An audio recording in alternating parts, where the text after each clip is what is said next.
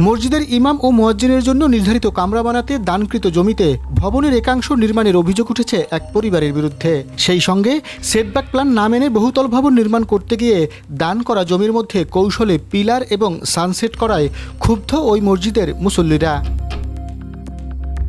বরিশাল নগরীর ব্রাউন কম্পাউন্ডে দারুল মোকাররম জামে মসজিদের ইমাম ও মুয়াজ্জিনের কামরার জন্য ১.৫২% জমি দান করেন ওই এলাকার মৃত আব্দুল হাকিম মাস্টার এবং আসমত আলী মিয়া। আর ওই জমির পাশে ৫% জমির মালিক টুলু হক, আমিনুল হক ও এনাম গংরা। সম্প্রতি সেখানে ৩ তলা ভবনের ছাদ নির্মাণ সম্পন্ন করেছেন ওই পরিবারের সদস্যরা। তবে বাংলাদেশ ন্যাশনাল বিল্ডিং কোড অনুসারে সেটব্যাকের নির্ধারিত জায়গা না রেখে উল্টো ওই দানকৃত জমির মধ্যে ভবনের পিলার এবং সানসেট বাড়িয়ে দেয়। এ নিয়ে বরিশাল সিটি কর্পোরেশনে অভিযোগ দেওয়ার পর কাজ বন্ধ করে দেয় অবৈধ উচ্ছেদ শাখা।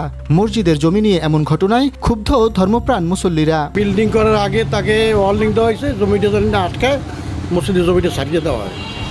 তারা না শোনে না, শ্বশুরের ঘর থেকে ওইটা মেকানিক্স বয়া হইতেছে। এই জন্য মসজিদের সভাপতি, সেক্রেটারি, ইমাম সাহেব, মুসল্লিরা সবাই তাকে লাঞ্ছনা পেতে আসে। মুসল্লি হিসেবে মসজিদের যেটা সুবিধা হইবে আমি সেইটাই চাই। আমাদের এলাকার প্রতিষ্ঠান, এই স্কুল, এই মসজিদ, ওই জায়গাও যদি মসজিদের যেহেতু আছে, অবশ্যই ওইটার যেটা ভালো হয় সেটি যেন হয়। এই সিটি কর্পোরেশন একটা আপত্তি জানাইছে, তারা বিল্ডিং বড় করছে।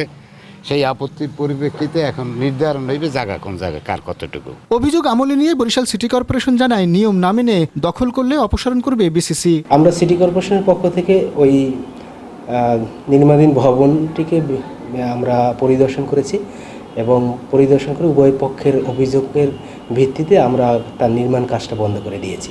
পরবর্তীতে এখন আমরা খুব দ্রুত এটা পরিমাপ করে যদি মসজিদের জমি তার ভিতরে থাকে অথবা যেখানেই থাকুক আমরা আইডেন্টিফাই করে যথাযথ ব্যবস্থা নিচ্ছি। এদিকে মসজিদ কমিটির সভাপতি মাহবুবুর রহমান এবং অভিযুক্ত টুলু হকের বক্তব্য একই রকম। তারা বলছেন নিজেরা বসে বিষয়টি সমাধান করবেন। আমরা নিজেরাই এটা মিট করে ফেলবো। এটা নিয়ে আমরা কোনো রকমের, সবই তো আমরা এলাকার লোকজন। মসজিদের জায়গা ফাঁকা রাখাই আমি ভবন করছি, এটা কাগজপত্র আমার কাছে আছে। আমি সিটি কর্পোরেশন গেছিলাম, সিটি কর্পোরেশন দেখবে, দেখার পরেও তো এটা আছে।